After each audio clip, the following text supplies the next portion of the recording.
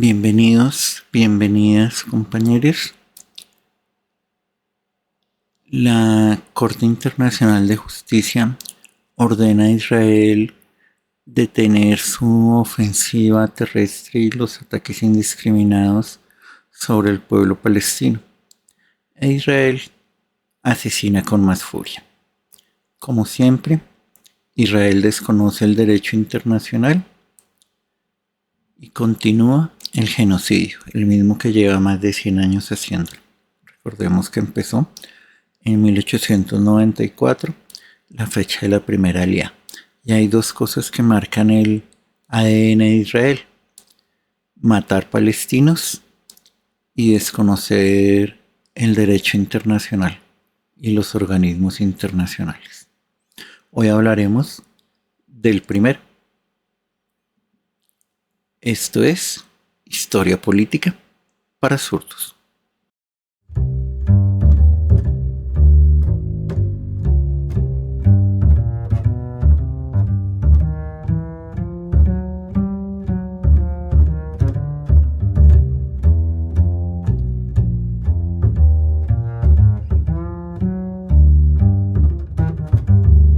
Pasos del genocidio que comete Israel, que no empezó el 7 de octubre.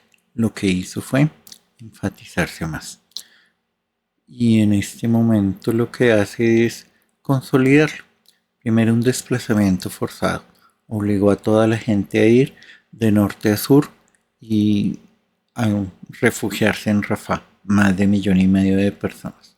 Destrucción de la infraestructura, colegios, hospitales, cualquier acueductos, cualquier cosa que pudiera dar posibilidad de vida, la han destruido, incluyendo el asesinato del personal médico. Cuando se asesina un médico, no solo se asesina a una persona, se asesinan a las demás, especialmente niños, en lo que estamos viendo, que hubiera podido salvar ese médico. Cortes de agua y energía, la hambruna y por último, la masacre. Primero con bombardeos, luego con fuego de artillería y luego con las fuerzas de tierra. Y por último, por supuesto, censurar los medios de comunicación, censurar las redes sociales y por supuesto, posar de víctimas. La Corte Internacional de Justicia ordena a Israel detener de inmediato su ofensiva en Rafah. Pero no solo le ordenó eso, también le ordenó mantener abierto el cruce de Rafah para recibir ayuda sin restricciones en Gaza.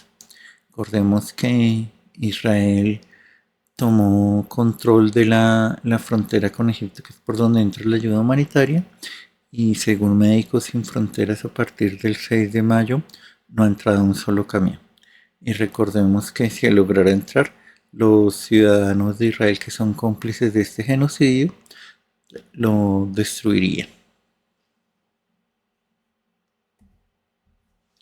Bombardear una zona segura. Los de Israel agruparon, los pusieron, les dijeron ahí, permitieron el asentamiento en carpas que sabían que son inflamables y luego bombardear y que el fuego haga su trabajo. Y después decir que son accidentes o que son errores. Esto originó una condena de la ONU que dice que Gaza es el infierno en la tierra. Los expertos califican el ataque como una atrocidad monstruosa. Y la UNRWA, hay informes de víctimas masivas, incluidas niñas y mujeres. Gaza es el infierno en la tierra. Las imágenes de anoche son otro testimonio de ello. De hecho, le preguntaron al secretario de Estado de Estados Unidos que cuántos cadáveres carbonizados tenía que ver para que Estados Unidos hiciera algo, y él antes se ofendió, como buen cómplice que es. Los primeros en reaccionar fue el ministro de Relaciones Exteriores de Israel. Dijo en X que el presidente de Colombia prometió premiar a los asesinos y violadores de Hamás y hoy cumplió su promesa. La historia recordará que Gustavo Petro decidió ponerse del lado de los monstruos más despreciables conocidos por la humanidad, que quemaron bebés, asesinaron niños, violaron mujeres y secuestraron a civiles inocentes. Las relaciones entre Israel y Colombia siempre han sido cálidas y ningún presidente antisemita y lleno de odio podrá cambiar eso. El Estado de Israel seguirá protegiendo a sus ciudadanos sin miedo y sin temor. Recordemos que en el primer Congreso Sionista, en 1897 en Basilea, concluyeron que el asentamiento donde iban a construir el Estado judío iba a ser Palestina, porque según ellos era una tierra sin pueblo para un pueblo sin tierra. Para hacer verdad esa primera parte de la frase, pues había que sacar a los habitantes que la ocuparan, o sea, los palestinos. Para eso hicieron una serie de organizaciones paramilitares que con acciones terroristas infundieron el temor en la gente durante toda la primera mitad del siglo XX, logrando pues esos desplazamientos. Algunas de estas eran el Bar Yoram, el Hashomer, Irgun, Lehi y la Haganá. Bar Yoram en 1907 fue fundada por Yitzhak Ben Zivi. Este señor fue presidente de Israel del 52 al 63. Recordemos que en Israel hay presidente y primer ministro, son dos personas aparte. El objetivo era aumentar la tierra de los judíos que habían llegado en las dos primeras salidas, para lo que aterrorizaron a los palestinos que los habitaban, los obligaban a desplazarse y ocupaban sus tierras. Recuerden que estas personas eran básicamente europeos orientales, házaros, que habían huido de los pogromos de Europa Oriental y pues tenían experiencia en combate, experiencia con armas. Ventaja que tenían sobre los palestinos, que eran simplemente agricultores. El lema era: a sangre y fuego Judea cayó, a sangre y fuego Judea se levantará otra vez.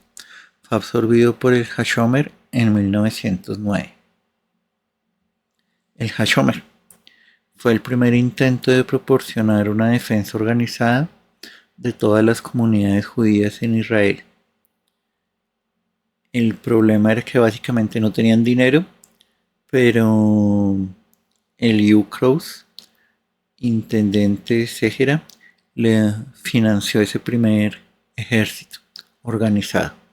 Uno de sus integrantes fue David Ben Gurión, primer ministro del 48 al 53, que fue quien declaró la independencia del Imperio Británico. Durante la Primera Guerra Mundial fueron perseguidos por los otomanos. Muchos de los miembros fueron deportados a Anatolia y la mayor parte del armamento fue confiscada. Pero estas personas, aparte de supuestamente defender y aumentar la tierra de los judíos, de hecho también hicieron sus propios asentamientos. Por ejemplo, Tel Hashim, Telaí y Kafir Giladi, y fue absorbido por la Haganá en 1920. La Haganá. Ya el territorio era un protectorado o un mandato británico.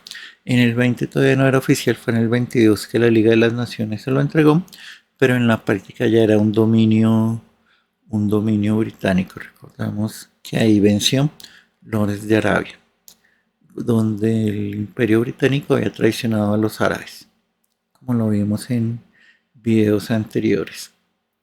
El apoyo británico fue total contra los árabes. Los británicos no oficializaron la organización, pero a causa de los acontecimientos la toleraron. La Haganá comenzó a organizar guardias y patrullas alrededor de los establecimientos judíos. De hecho, también asesinaban judíos que fueran antisionistas. Por ejemplo, el poeta Jacob Israel, que fue asesinado en Jerusalén el 30 de junio del 24. A pesar de que no fue reconocida oficialmente por la administración británica, estas fuerzas de la Haganá colaboraron con la policía británica y generaron una especie de comando paramilitar que eran las escuadras nocturnas especiales. Estas escuadras lo que hicieron fue, ahí sí ya con entrenamiento británico, armas británicas y tácticas británicas, lo que hacían era emboscadas móviles, atacaban sobre todo en las noches los asentamientos palestinos. Dentro de sus integrantes estuvo Yitzhak Rabin, primer ministro de Israel del 74 al 77 y del 92 al 95. Vamos encontrando algunas cosas comunes entre los gobernantes de Israel. Este comando hundió el SS Patria en el 40. Era un barco alemán que llevaba judíos. No tenían permiso de entrada del Imperio Británico. Iban a ser deportados a la isla de Mauricio. Y los miembros de la Haganá, entre ellos Yitzhak Rabin, hundieron el barco, asesinando a los integrantes judíos y a la tripulación alemana.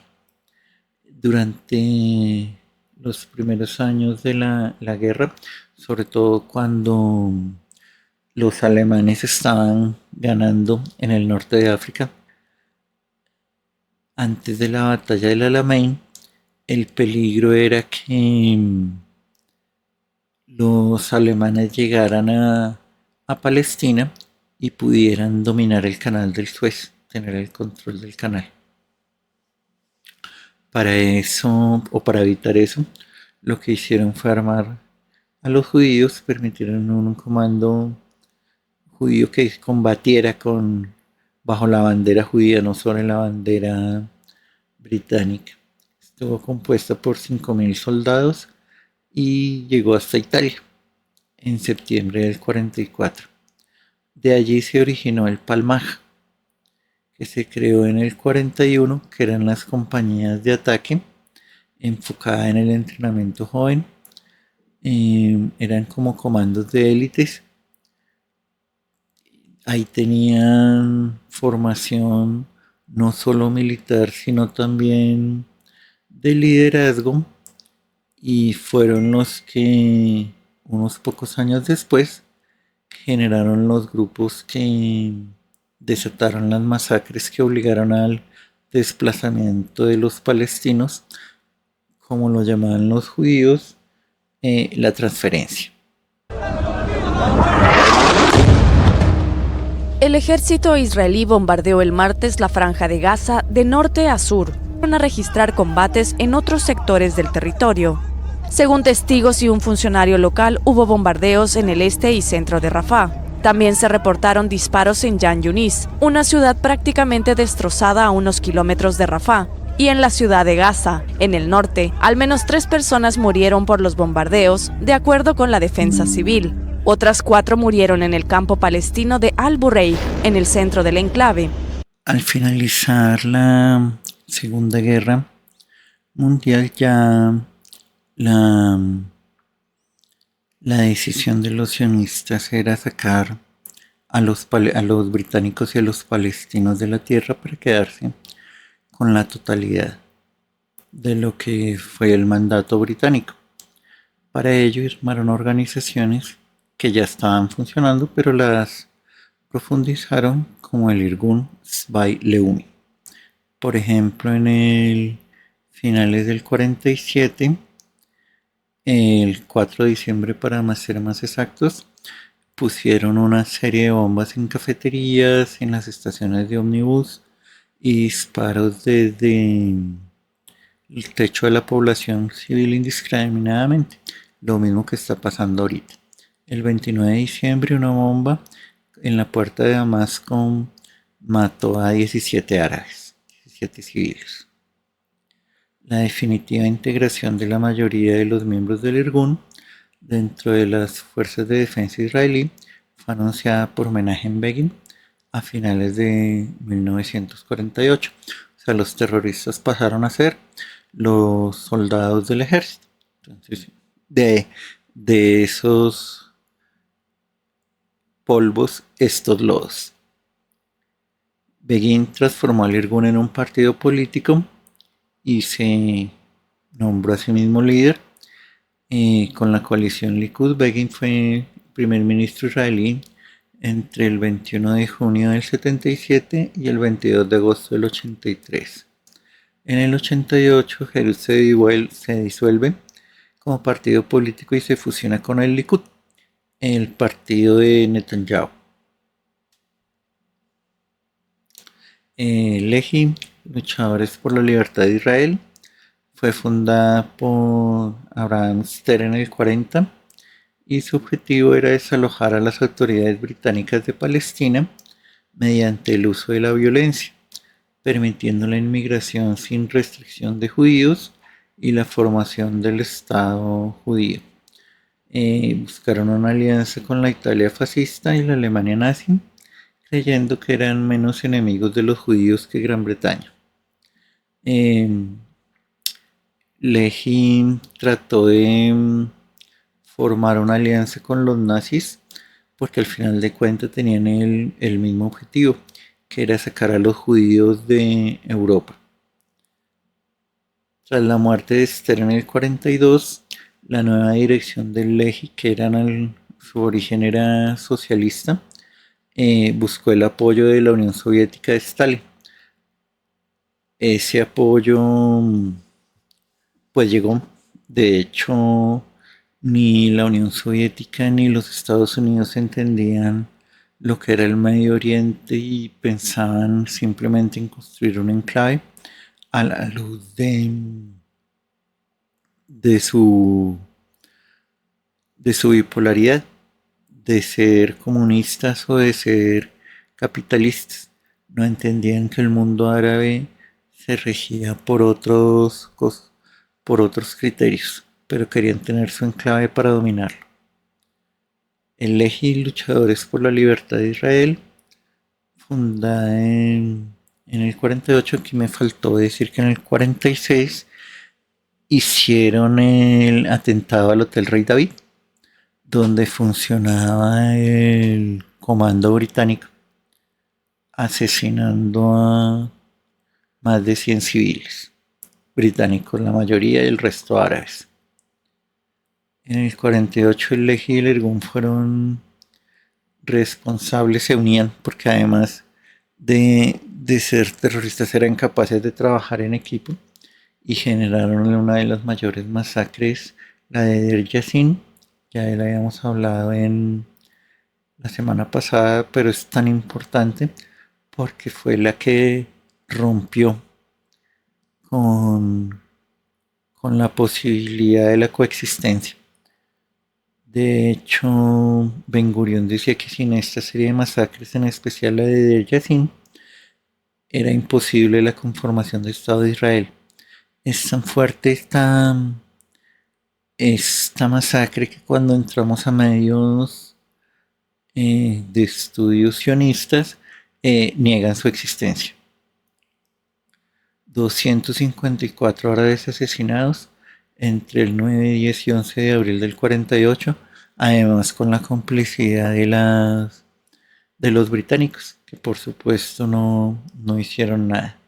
El 17 de septiembre del 48, el Lehi asesinó al dirigente de la Cruz Roja, Bernadotte, una persona de origen sueco y que era mediador de las Naciones Unidas. Finaliza la guerra y se desata la limpieza étnica. Hay unos fragmentos de discursos de Ben Gurión que son clarísimos. Vamos a leerlos para que quede claro de qué se trata lo que estamos viviendo. Desde su entrada en Jerusalén a través de Lifa Romanana, un barrio de Jerusalén Oriental, no hay árabes, 100% judíos. Desde que Jerusalén fue destruida por los romanos, no ha sido tan judía como lo es ahora. En muchos vecindarios árabes en el oeste, uno no ve ni un solo árabe. No creo que esto cambie. Lo que ha sucedido en Jerusalén es probable que suceda en muchas partes del país. En los 6, 8 o 10 meses de la campaña, habrá ciertamente grandes cambios en la composición de la población del país. Y vemos cómo se iba configurando la Nakba.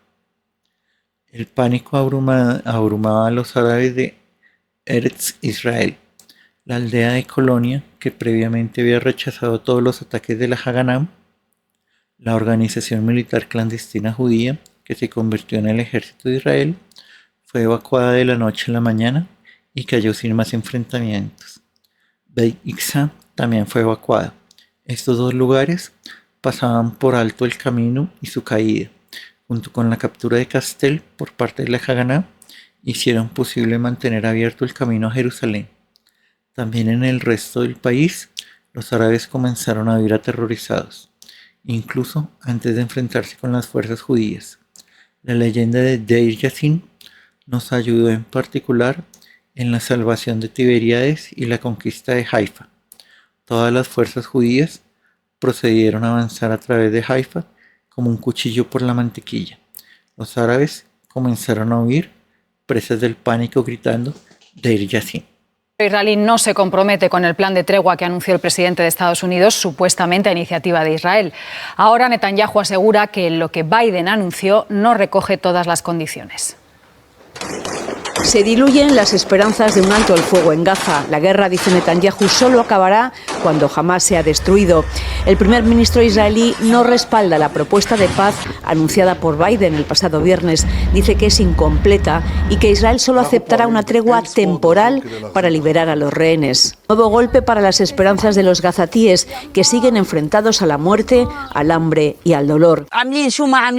Me parece estar viviendo una pesadilla. Todavía creo que despertaré y que esto no será real, dice esta mujer que busca el cuerpo de su madre, desaparecida tras un ataque israelí. Solo en las últimas 24 horas, en intensos bombardeos, ha habido decenas de muertos, entre ellos niños, y quedan aún 10.000 cuerpos enterrados bajo los escombros. Conociendo de dónde vienen, pues no nos debe sorprender que el número de palestinos asesinados por Israel en Gaza se acerque a 36.600. Israel mata a 75 palestinos en medio de una intensificación de sus ataques contra el centro de Gaza. En otro titular, Israel mata a 14 palestinos en la peor operación militar en Cisjordania en la guerra. Y el ejército sionista de Israel asesina a 2 palestinos en Cisjordania. Todo eso después de la orden de la Corte Internacional de Justicia y los 2 bombardeos que le causaron reproche internacional. Israel se burla del derecho internacional humanitario. Aquí nos referimos al testimonio de una doctora de Médicos Sin Fronteras. 26 de mayo, fuerzas israelíes mataron al menos 49 palestinos en una serie de ataques aéreos contra el campo de desplazados en el área de Tal al-Sultán. Hay que aclarar que esa zona fue donde los israelíes les dijeron que se pusieran, que se supone que era la zona segura. Ese día más de 180 heridos fueron trasladados a un punto de esterilización de Médicos Sin Fronteras y hoy ya está inoperativo, ya lo destruyó el ejército de Israel. 2 días después, Israel bombardeó un campo de desplazados en Al-Masabi, otra zona segura, pero ya no es noticia, ya se acostumbraron, matando al menos 21 palestinos y dejando 64 heridos más. Ambas masacres se produjeron pocos días después de que el 24 de mayo la Corte Internacional de Justicia ordenara detener inmediatamente su ofensiva. Le ordenara eso a Israel. Israel, como siempre ha hecho, se ha burlado de del derecho internacional. Gracias por llegar hasta acá, gracias por ver el video. Por favor, darle like. Por favor, suscribirse al canal. Activar la campanita ya que estamos subiendo videos con mayor frecuencia. Y dejar sus comentarios. Y sobre todo con la pregunta, ¿qué podemos hacer? ¿Qué podemos hacer para detener este genocidio que estamos viendo y del cual los historiadores en 100 años dirán cómo fue posible que dejaran que pasara si todos, absolutamente todos, lo estábamos viendo? Nos dejamos con Irene Montero, que no tiene temor en llamar las cosas por su nombre y llamar a esto lo que es un genocidio. ¿Creéis que Netanyahu, por criminal que sea, por deplorable que sea, por asqueroso que sea, podría estar 7 meses cometiendo este genocidio si no tuviese el apoyo decidido, irrenunciable de Europa y de Estados Unidos? Hay que acabar con la Europa de la hipocresía, con la Europa responsable del genocidio en Palestina, del abandono del pueblo saharaui, y hay que poner en pie una Europa de paz, de derechos humanos, de respeto a la legalidad internacional, y una Europa soberana, no sometida a los intereses belicistas de los Estados Unidos de América.